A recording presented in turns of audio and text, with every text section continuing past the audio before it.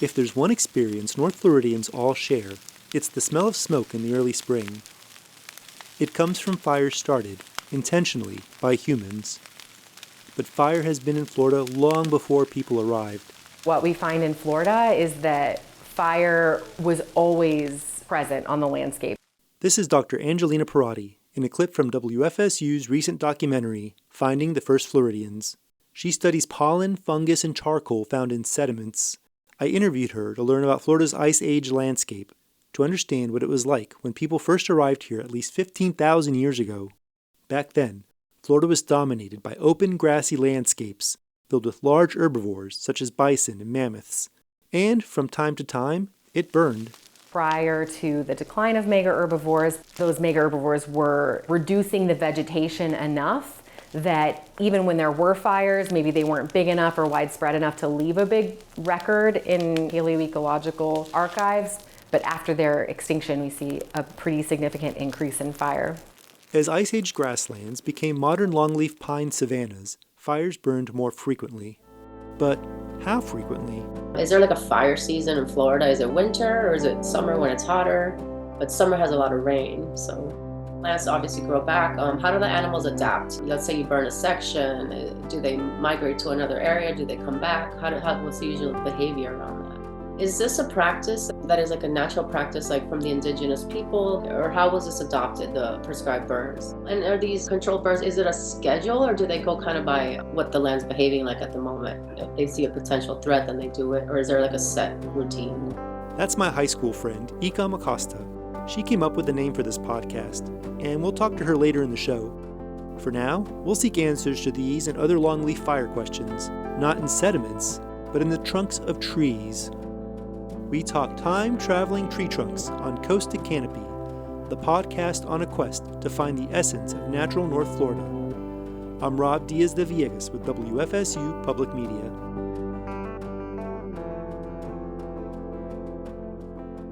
My guest in the studio is Dr. Jean Huffman. She's a dendrochronologist with Tall Timbers Research Station in Tallahassee.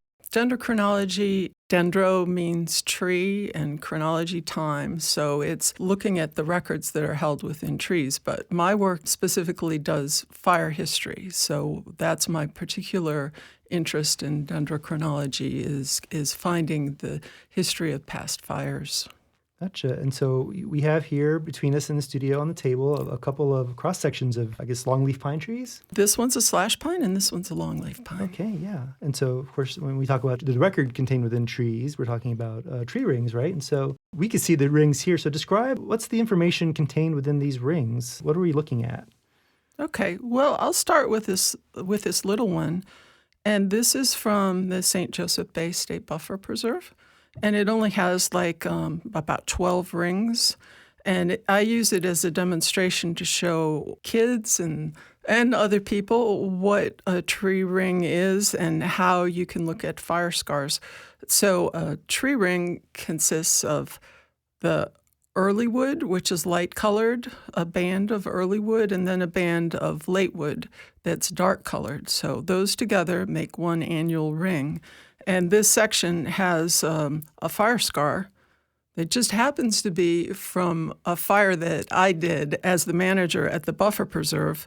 I conducted a fire, and it happened to scar this tree. And you can tell two main things about fire history from these scars, and that is the year.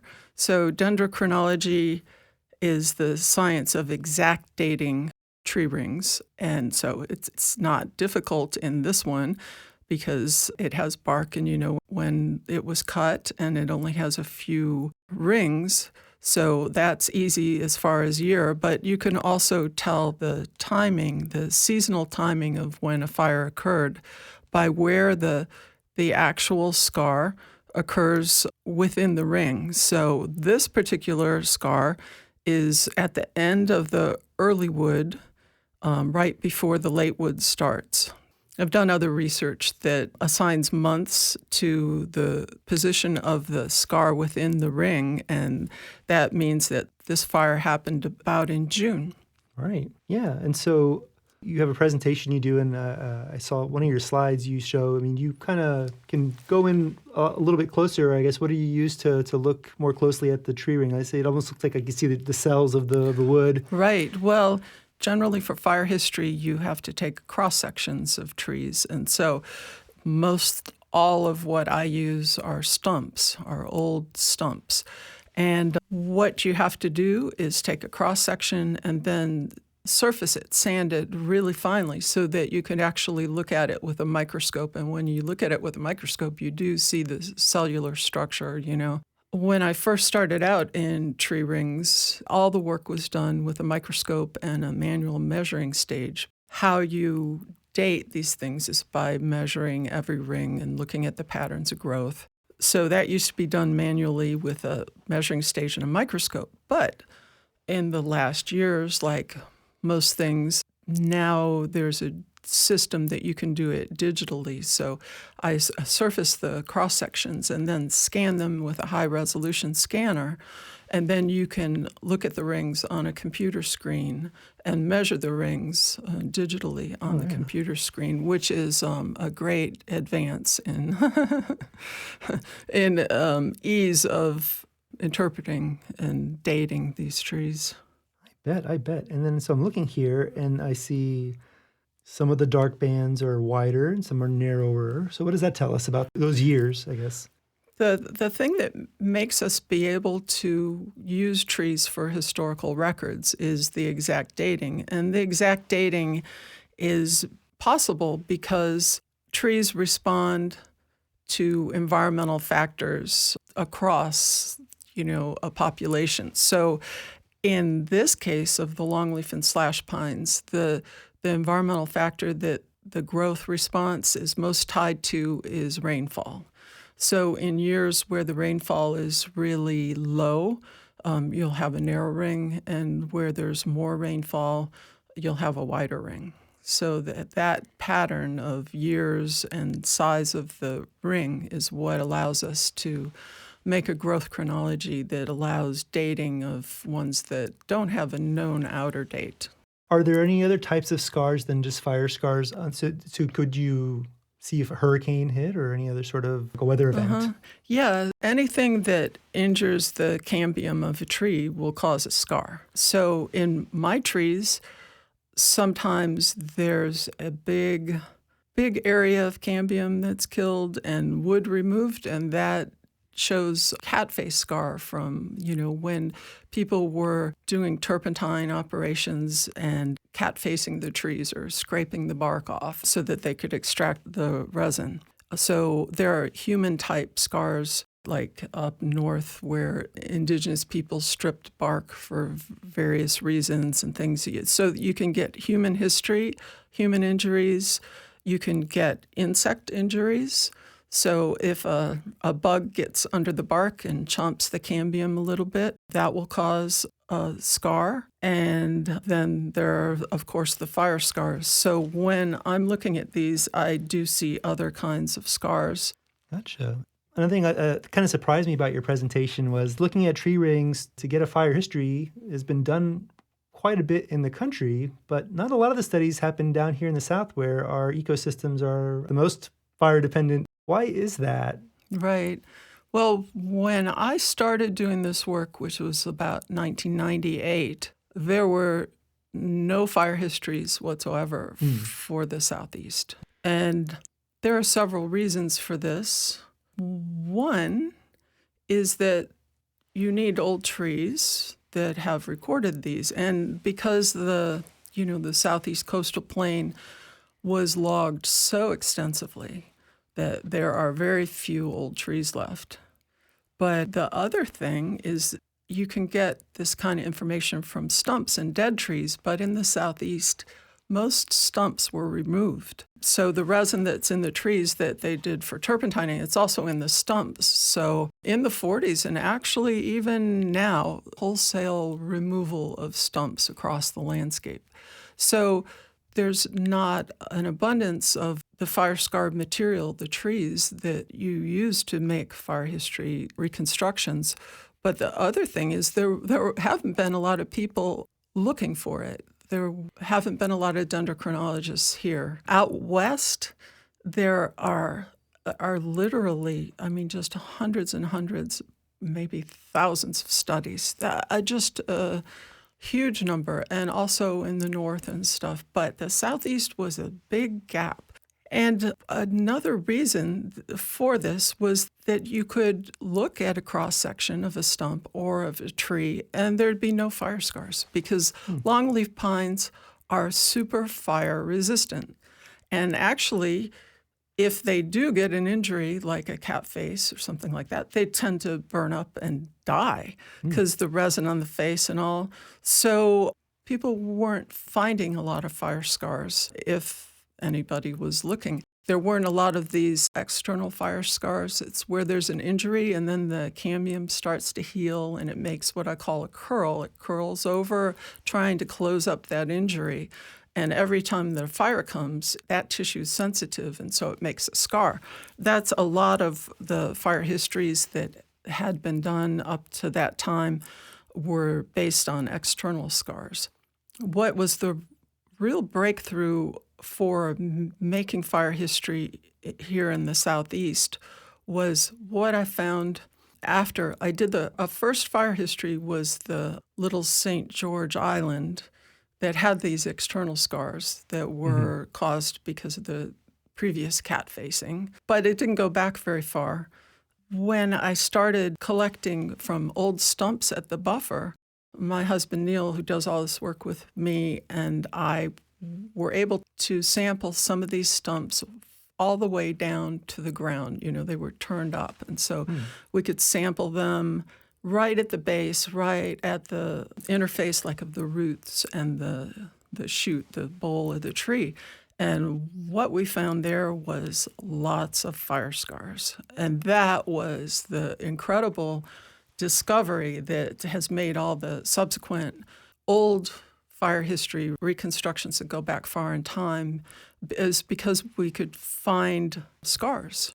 Whereas if you sampled up, just 6 inches up, there are no scars. But right there at the base, there were lots of scars. And that's because they're so fire resistant, the trees are, but things fall at the base, like pine cones, branches, lots of pine needles. So the intensity of the fire can be very hot in different places. And so that's why they have scars there when they don't have scars anywhere further up. So I think that had a lot to do with why there haven't been fire history reconstructions in the Southeast very much. Yeah, and I guess during a prescribed fire, if you look at one, especially if the area's been burned a lot, fires aren't very tall to begin with. Exactly. So it makes sense to be lower down. Exactly. And also the fact that there aren't scars, because fires are so frequent, there's very little fuel. So a fire up north in a type of habitat that burns every 30 or 40 years has very intense fires that do scar trees. Here, historically, the fires were so frequent that they don't get those high fuel accumulations that would have made scars. Right. So you mentioned a little bit ago how much of longleaf habitat in the Southeast has been logged, and it's something like 90% of it is gone from the historic. Or is it even more than that? I think it's like 99 and a part. Right. More than 99%. And of course now people are trying to restore a bit of it in different places, and talk about, the importance of knowing this information that you can get from these stumps. This is sort of my motivation for all of the research. So before I started doing this work, I did land management, and I'm a prescribed burner. And you realize that people set the agenda as to fire regimes now, in natural areas where fire is very important. We decide how often and what timing of the year, what season that fires occur. But what information do we have about it? Nobody took records before 1900 or so. And the big question was, what was the fire regime in the past? What were fire regimes like here? I and a lot of land managers, fire managers, are very curious as to how this area burned in the past, especially pre-European settlement. what were the fire regimes like.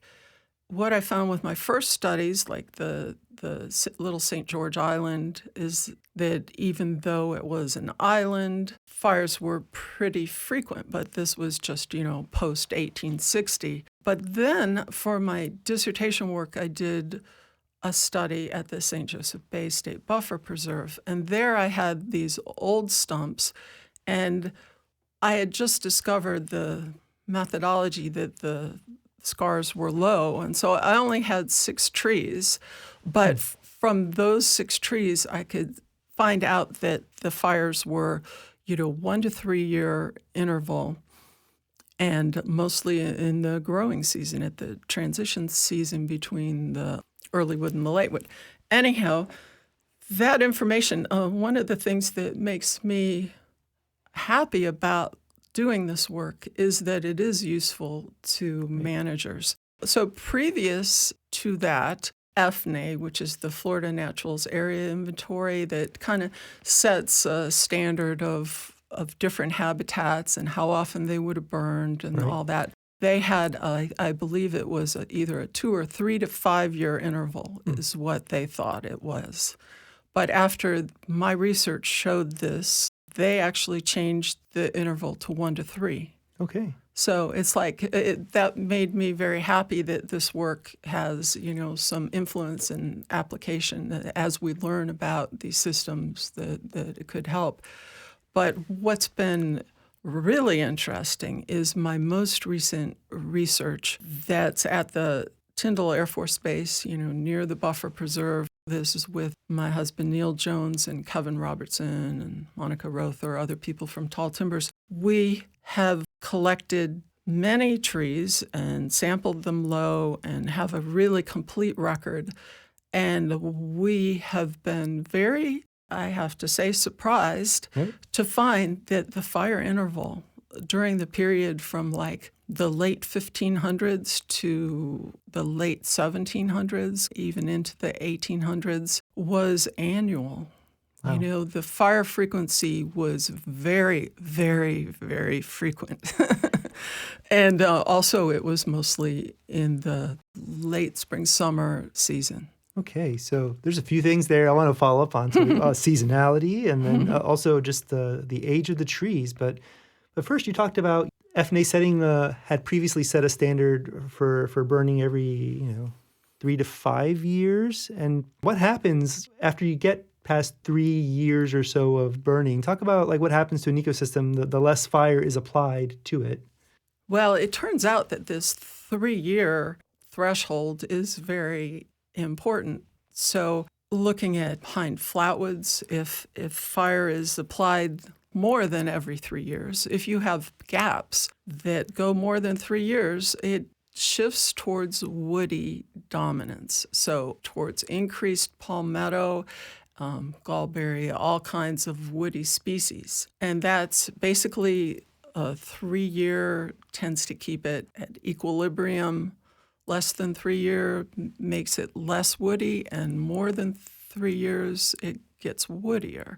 And you can see this extremely clearly at the Tall Timbers fire plots, where they, for many decades, have burnt plots 1, 2, 3, 4, and more intervals that were set up by Herbert Stoddard at Tall Timbers in the, I think, 1950s or 60s. I think 60s. Anyhow, what they found doing this is that when it got over 3 years, it became so shrubby and so closed in that fire wouldn't really even carry anymore. It was only the 1 to 3 that maintained it at all, and the 3 was borderline. It's the 1 and 2 was what maintained these open, basically sort of grasslands or savannas, where you have this really diverse, beautiful ground cover of wildflowers and grasses.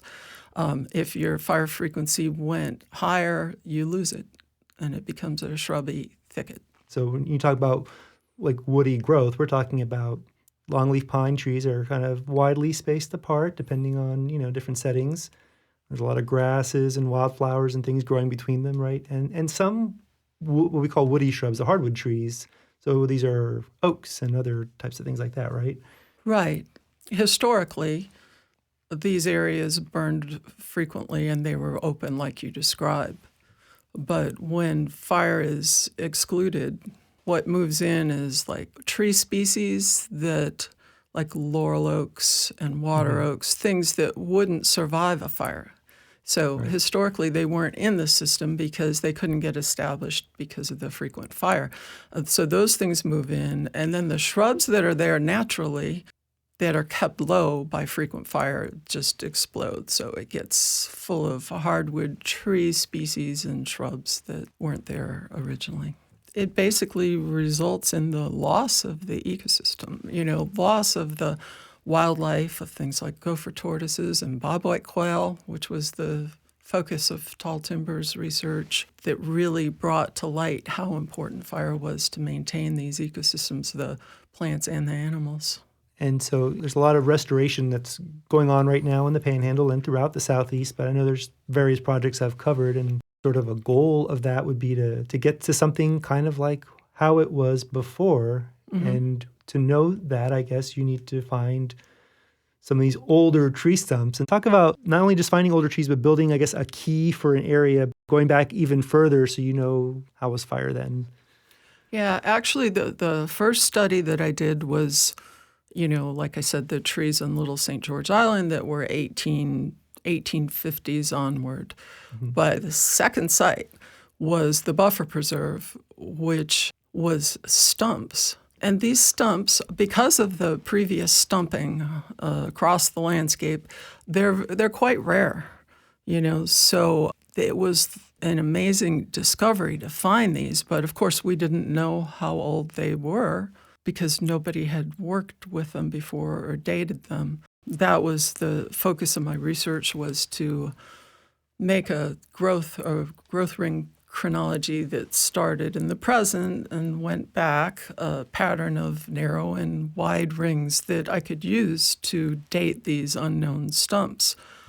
And what we found is they dated to the 1500s, 1540, 1530 for the oldest ones, and only went up to the early 1800s. So these stumps, and some of the stumps, the outer date is like the 1700s, so that the stumps, especially in trees that were cut, trees that were cut by people, the tree does some kind of process that makes the stumps full of resin, like sort of like concrete, and they really persist for hundreds of years in the right conditions.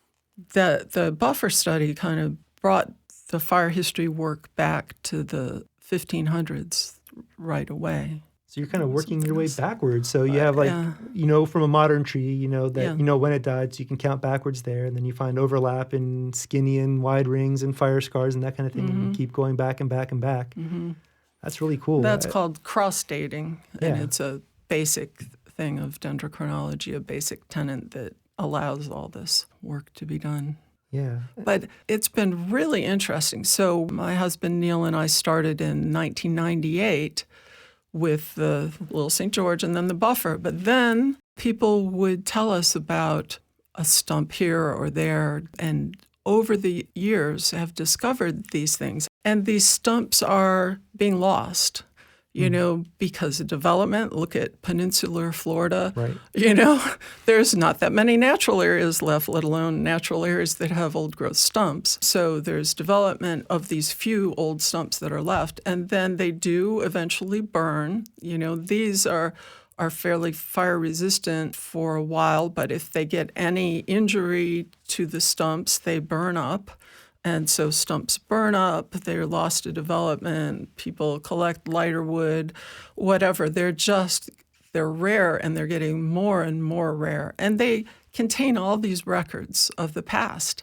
Like, nobody recorded records of fire regimes in the past, really, even into the 1900s. People didn't say, these fires were so frequent. Then this goes into periods of time when there weren't even very many people on the landscape. So these records that these trees contain are irreplaceable. There's no other records like this of a fire in particular.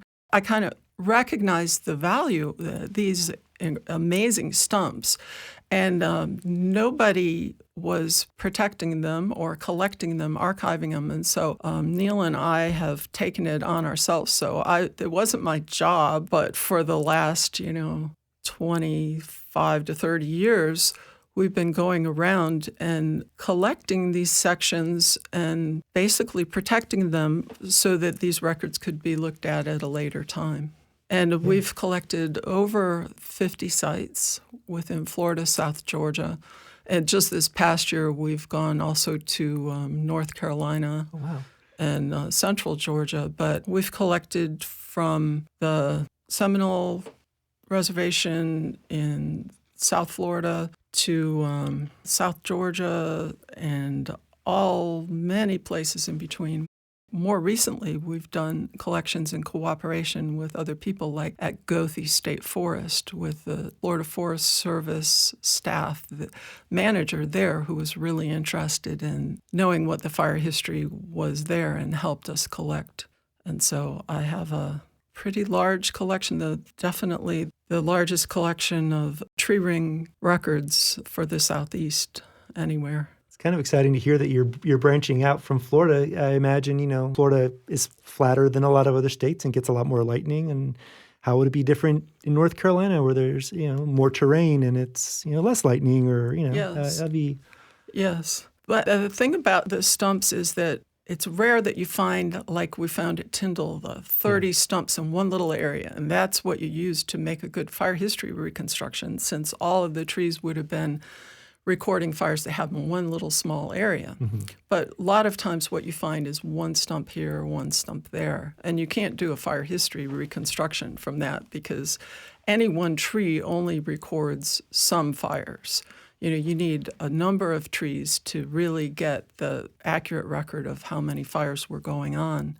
I'm looking forward one day to taking all these stray samples from all over and looking at the seasonality of fire for them, because you have a record of when the fire occurred that you don't need a series of trees for that. Maybe someday down the road. Yeah. But I'm glad you brought up seasonality. Talk about when they burn from what you found and why that's important. Like, what effects you have if you burn in the winter. Like right now, we're recording this April 2nd. The last 2 weeks, I've seen large clouds of smoke over Tallahassee and ash raining down. Talk about why it's important when you burn.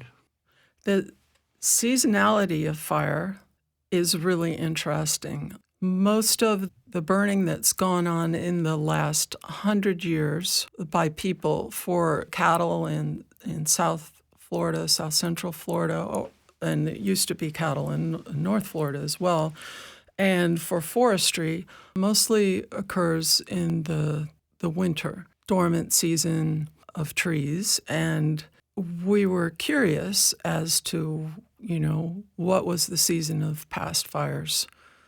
And a lot of people say that indigenous people, burned, and some reason they think that they would have burned in the winter, like post-settlement people did. And so a lot of people expected there to be a lot of dormant season scars. What we found was that, pre-Euro settlement, pre-1800, say, the vast majority of the scars we found were in the lightning season, were in the May, June, July period of time. And that's the transition of the early wood to late wood.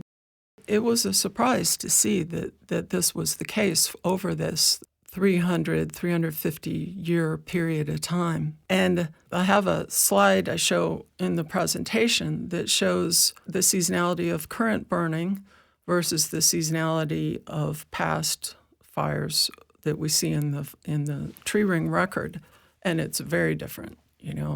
This centered around June for the historic record and centered in the winter and early spring. So December, January, February, March for current burning, or even into April.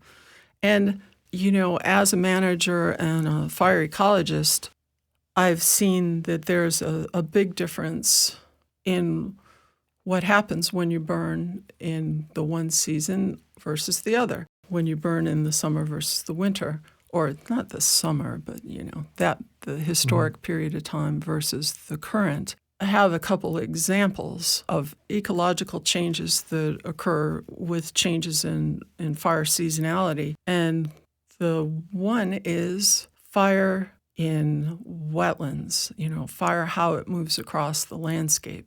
The historic fires occurred right at the end of the dry season, and they were ignited by lightning in the beginning of the wet season. So the landscape was really dry, very dry. Yeah. And a stray fire would start, outside of where it was raining and burn a lot and burn so frequently that it would burn across the grassy wetlands, and that's what the landscape was like, that most of the wetlands, or a lot of wetlands, burned as well. When the fire season with cattlemen and forestry shifted to the winter wet season, it stopped going into wetlands. And what happened with those wetlands that had open grassy edges and even interiors with cypress, which is very fire tolerant, they were very open and grassy. But when the fire was switched to the winter and these fires didn't go into the wetlands, they became shrubby. So we have a shrub here called tie that just went crazy. And Chuck Hess, who worked in the Apalachicola National Forest, has mapped the national forest, from the old areas where the wetlands were still open to current. And I believe it's over 100,000 acres of wetland that shifted from open grassy to absolute dense thickets of tie. And the other thing that happened when the seasonality of fire shifts like this is that when there's no fires in the wetlands, the leaves and everything goes to the ground and decays and makes what they call duff. So in the past, the bottoms would have been sandy, and now they're covered with a thick layer of duff. And it's ecologically completely different. And so things like a flatwood salamander that had to have that open habitat, they can't survive. So you have this species, flatwood salamanders, that were very common. But they were very common in this landscape of fire that went in wetlands as well as uplands and was very frequent. Now they are next to extinction. In 2022, Florida fish and wildlife biologist Pearson Hill led us on an expedition to find frosted flatwood salamander eggs. We found some in a wetland near Sumatra in the Apalachicola National Forest. Flatwood salamanders still occur in that St. Mark's National Wildlife Refuge and here on the Apalachicola National Forest. I can't say how many are left at St. Mark's, but there may be 1,000 to 5,000 there. On the Apalachicola National Forest, it's almost certainly less than 500 adults, maybe down to 100 adults. And so yeah, if you do the math there, the adult population size is critically low. I consider them to be functionally extinct out here, which means they're no longer, filling their niche. Even where they occur in such low densities that they just are there nominally. I would say there's 3 breeding populations out here that are moderately robust. Everything else is just, on the verge of extinction. For people at home who are kind of wondering about a burning wetland, let's talk, this is an ephemeral wetland, right? So seasonally would have water. In the winter, it's dry and grassy. And it's sort of like the place we went to was sort of a very open area, very grassy. And then there's this little cypress wooded area where the ground got lower. And the one that had been burned that he took us to, there's a lot of grass between the cypress trees. And then you're saying when there's not fire, all between the cypress trees, it's like woody and thick, and not a lot of space for a little salamander or all the things in its food web to... The plants and animals in this system evolved with this type of fire. And so for some species, when you move fire out of that window that it was most common in the past, it can really negatively hurt them. And so, for instance, in the fire record, there are almost no fall fires. That just wasn't a time. And now, in my fire history records from the scars, most of the fires were in the June area, but there were dormant season fires. There were some dormant season fires, some fires at other times of the year, but very few in the fall. And it turns out that flatwood salamanders, their adults migrate to the wetlands in the fall. They live underground most of the time, but they are up on the wiregrass. And if you burn in the fall, you'll burn up the adults. It's really interesting that there are other species that also respond to that certain season. So wiregrass, which is a dominant species of undisturbed, old-growth ground cover sites, one of the predominant natural grasses in these systems. It was thought for a long time that it never flowered, but that was because the burns were all done in this winter to very early springtime, which doesn't stimulate the flowering and seeding of this species. But as soon as people started burning in May, June, it flowers like amazingly. Right. And it's because it's has adaptation to this specific seasonal timing of fire.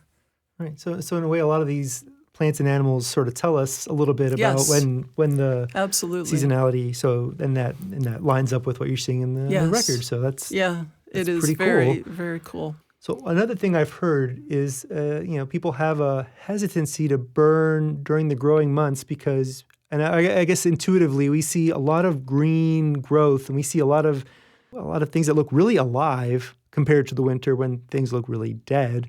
And talk about what happens when you burn when things look really alive. Like what happens within the next month or two after a fire in June? Well, when you burn in the winter, it takes a while for things to come back, to sprout back. They do. But when you burn in the spring, summer time, it just comes back really rapidly. So it may be green, whatever, they lose that little bit, but they just come back gangbusters. And then it stimulates flowering. It actually stimulates synchronized flowering. So if you burn it that season in the fall, you'll have a phenomenal bloom of liatrice and all kinds of asters, and it's synchronized. And what's really kind of cool also is that it synchronizes them to flower when the butterflies migrate through.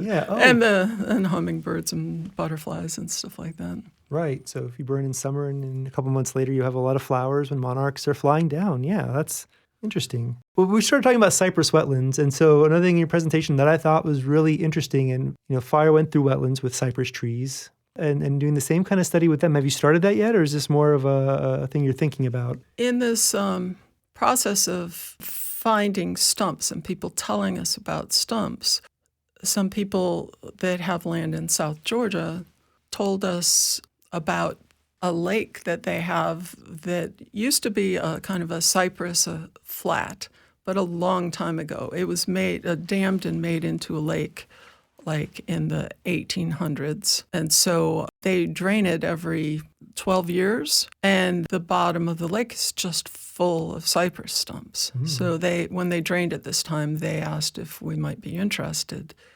And so we went and took cross-sections of these cypress. And, cypress gets very old. So like one little tree trunk that's about 12 inches had 500 rings. Wow. It's really old. This presented a situation where we could test this idea about basal scars and sample the stumps at the base. And I was very excited to find evidence of fire scars in cypress. Nobody has ever looked at fire frequency in in cypress systems, and it's much less understood than in uplands. Fire in wetlands is much less studied, much less known, and very interesting. And so it's exciting to find these, but we would love to do fire history work from them, but we haven't been able to because I have so much work to do finishing up these studies that I've already started, and we're looking for funding to help do it. It will be really interesting to expand the work into real wetland systems, We also were working on a study in Apalachicola National Forest that's in Sandhill, a different variation of Longleaf pine savanna that's in process also. About how old do we know can a cypress tree get? Oh, goodness. I am not the expert, but there's a chronology that Dave Staley did using some cypress from Wakulla Springs and around the southeast that goes thousands of years. Wow. At least 2,000 years, but I don't know specifically. The longleaf pine stumps that I get, I've collected many different places, and it seems like the late 1400s is as far back as they go. So they were cut, say 1900. Longleaf pine can live up to 500 years, rarely, but usually 300, 400. And these stumps, we have the inner wood, not the outer wood, which rots away. So it seems like that's kind of the limit, like the late 1400s so far is the limit as far as back in time, how far we can go. But cypress grows to be much older, and the stumps are much older and could potentially go back 1,000 years if you found the right site.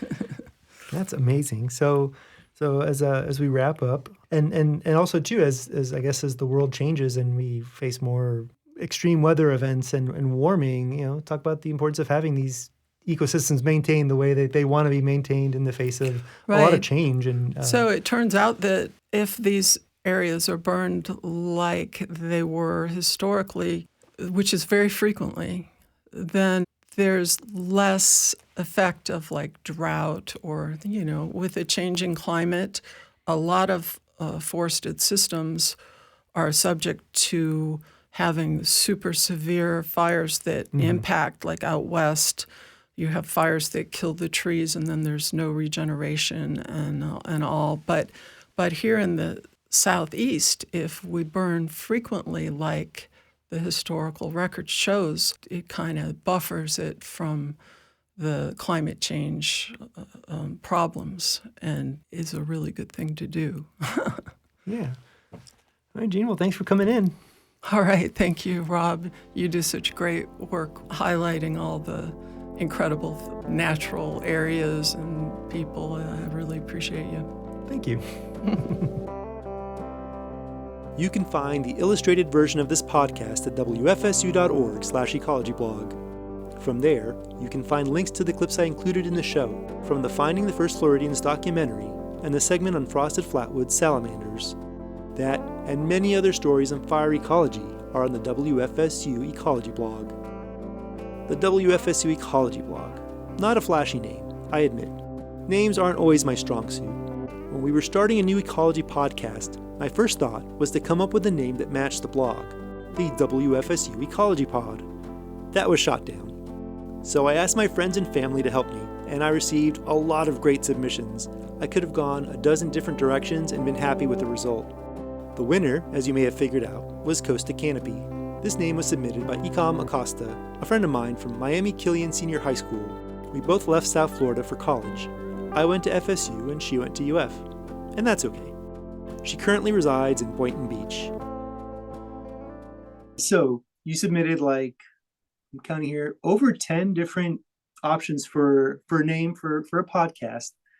And we picked Costa Canopy, but there were a lot of other good ones. But what I like about a lot of them are, some of them like salt marsh and sawgrass or palm pine and mangrove, echoes of the Everglades, is that they have like a South Florida kind of flavor to them. So what kinds of nature things do you do for fun in South Florida? Oh, well, I recently got into geocaching a few years ago, and that's been fun. It's taken me on a lot of hikes, and it's a really good way of learning about your community without going too far. I lived in Pembroke Pines for a few years, and it took me 2 years to find a little bird habitat that I found geocaching, and it was really cool. It was like a little bird sanctuary island.